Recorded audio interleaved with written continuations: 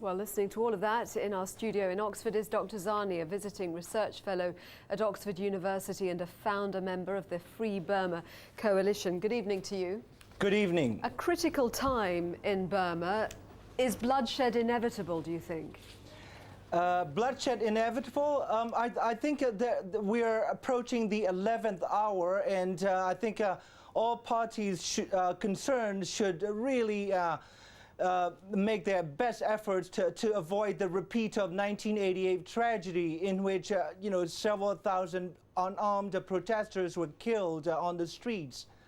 Are you surprised that the military has stayed its hand for this long? Because over that period, the protests have grown.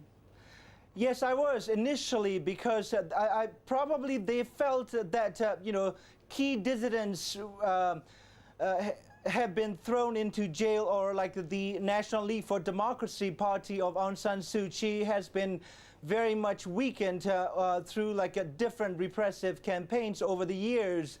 And so the military probably felt that they could just, let these demonstrations, particularly the monks, protesters, go by. And then I think that they made a mistake roughing up, this most revered sector of our society in a town called Bakoku in upcountry Burma. The protests have grown dramatically. Now thousands and thousands, I think around 100,000 monks out demonstrating. But what about other areas of society? Are there any signs that others are joining? Because that's going to be key, isn't it, if this is to be a mass uprising?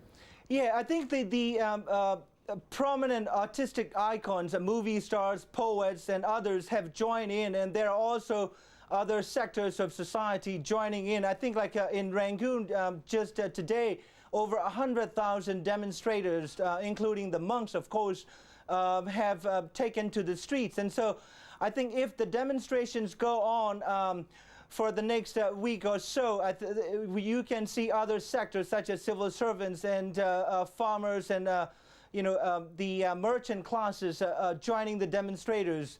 But I think that we have to understand that the monks are not just simply speaking out for their own welfare. Their protests basically reflect the widespread sentiment of the entire society, which is completely unhappy with the way economy is run, lack of political progress, locking up of political prisoners, not seeking our country's solutions through dialogue and negotiations.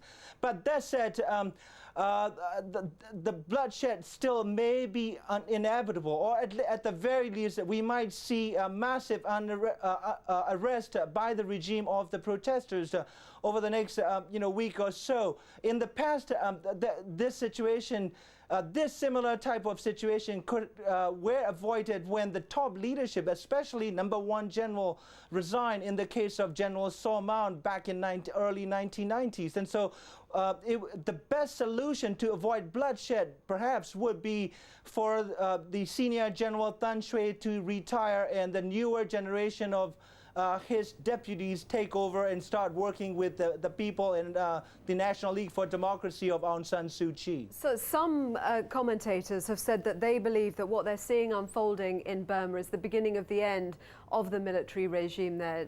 Do you agree with that perspective? Well, no, I mean, we're basically at this point reading tea leaf, and it's very, very difficult to predict how events will unfold.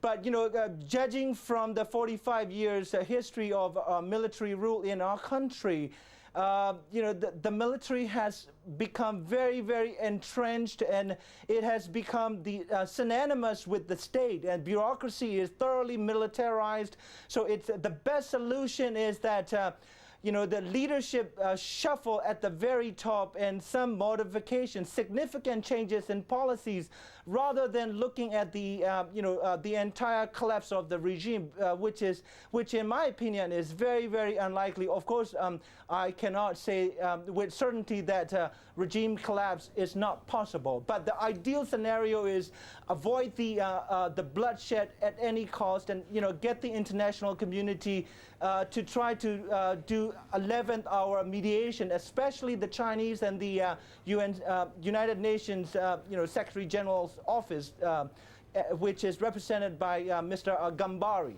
Okay, well, Dr. Zarni, thank you very much indeed for joining us live from our studio in Oxford. Thank you very much.